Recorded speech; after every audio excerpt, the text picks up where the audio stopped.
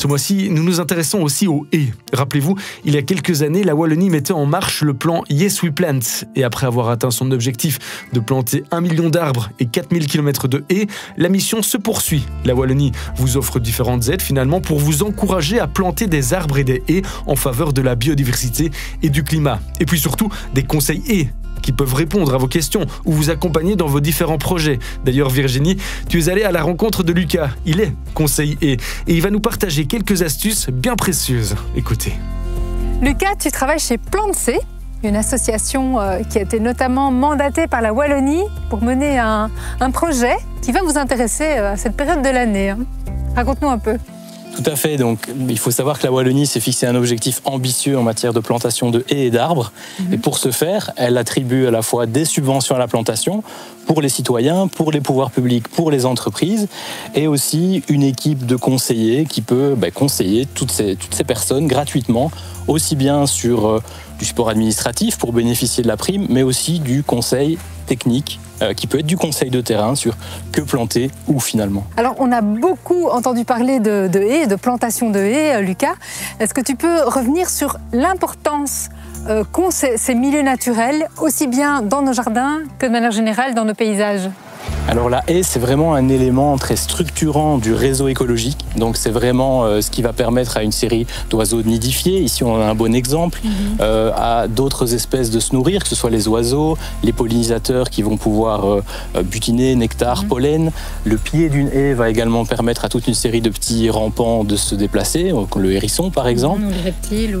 Effectivement, ou les reptiles. Et donc, cet élément est vraiment assez central dans le maillage écologique. Et c'est vrai parce qu'en fait, il se passe toujours plein de choses dans la haie. Au printemps, on a les fleurs et les insectes, on a les nids, et puis l'automne venu, le feuillage qui change, les petites baies, etc. Surtout que ce sont des essences de chez nous qu'on a, qui sont très belles aussi. On sous-estime parfois le côté esthétique de nos essences. Tout à fait. C'est vrai qu'on va pouvoir avoir des essences comme le fusain, la viorne aubier, qui vont tirer sur le rouge, l'orangé pendant l'automne, l'érable champêtre qui va tirer sur le jaune, d'autres qui vont brunir. Donc finalement, cette diversité d'essences de chez nous, c'est vraiment ce qui va amener, je trouve, beaucoup d'esthétisme et beaucoup plus d'esthétisme qu'une haie avec une essence ou une haie composée par exemple d'espèces comme le laurier cerise qui reste persistante et très monotone, je dirais, au cours de l'année. Tu parles d'esthétisme. Celle-ci va devoir être taillée, elle devient un peu sauvage, soyons honnêtes.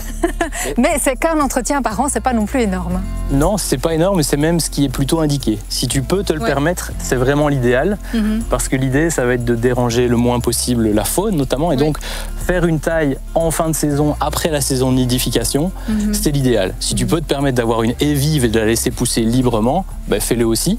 Maintenant, voilà, ici, on voit qu'on a une ligne à haute tension, on a probablement les voisins, donc une taille annuelle hors saison, c'est vraiment ce qui est préconisé, c'est l'idéal pour la biodiversité. Je vais te montrer une haie qu'on a plantée ici il y a 2-3 ans, tu vas me dire ce que tu en penses. Parfait.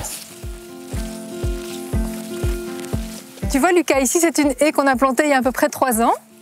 Fusain, cornouiller, bourdaine, etc. Alors on s'est évidemment un peu renseigné au début, mais je me dis voilà, quelqu'un qui voudrait planter une haie, qui n'y connaît rien du tout ou qui a quelques connaissances, comment est-ce qu'on s'adresse à vous? Qu'est-ce que vous proposez concrètement comme aide et comme service? Alors, il faut savoir qu'en région Wallonne, il y a un guichet à la plantation. Donc, il y a un numéro appelable, un site qui peut être consulté. Et nous, on va être en mesure de délivrer des conseils à la fois techniques sur base de la nature du sol, du climat dans laquelle la personne veut planter une haie, sur base de la fonction principale qu'il veut lui donner, et aussi l'orienter pour bénéficier de subventions à la plantation. Il y a quelques critères d'éligibilité, donc plusieurs essences, par exemple, indigènes, pour bénéficier d'une prime qui n'est pas du tout négligeable. D'accord. Alors on parle beaucoup d'accueil de la biodiversité, on parle d'esthétisme, on parle aussi beaucoup du côté occultant de la haie. Beaucoup de gens plantent une haie avant tout pour délimiter leur terrain et se cacher un petit peu. Est-ce qu'on peut cumuler justement cette fonction-là avec le choix d'essences indigènes de chez nous, quoi? Écoute, on a justement un magnifique exemple juste ici, je te propose qu'on s'y rende. Ah je te suis.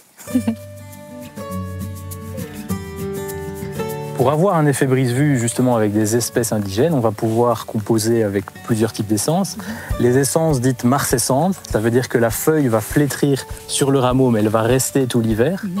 On va retrouver, comme ici, le charme, on va retrouver aussi le hêtre.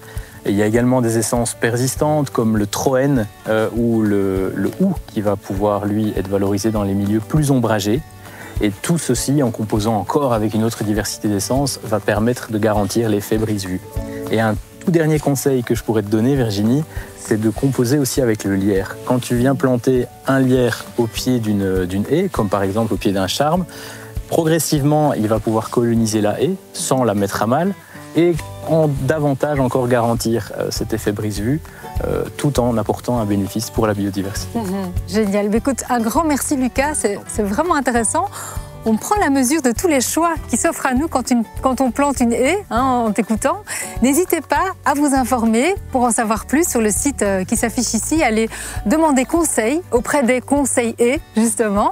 Et puis, nous, on va continuer à planter, évidemment, de l'indigène. Alors toi, Seb, t'es plutôt quoi comme haie? Plutôt colorée, biodiversité, occultante? Moi, je suis un amoureux des haies mixtes, parce qu'en plus du grand intérêt qu'elles offrent pour la biodiversité, elles produisent des fleurs et des fruits en abondance. Ça donne de la couleur au jardin, et puis ça sert accessoirement de garde à manger pour les enfants l'été.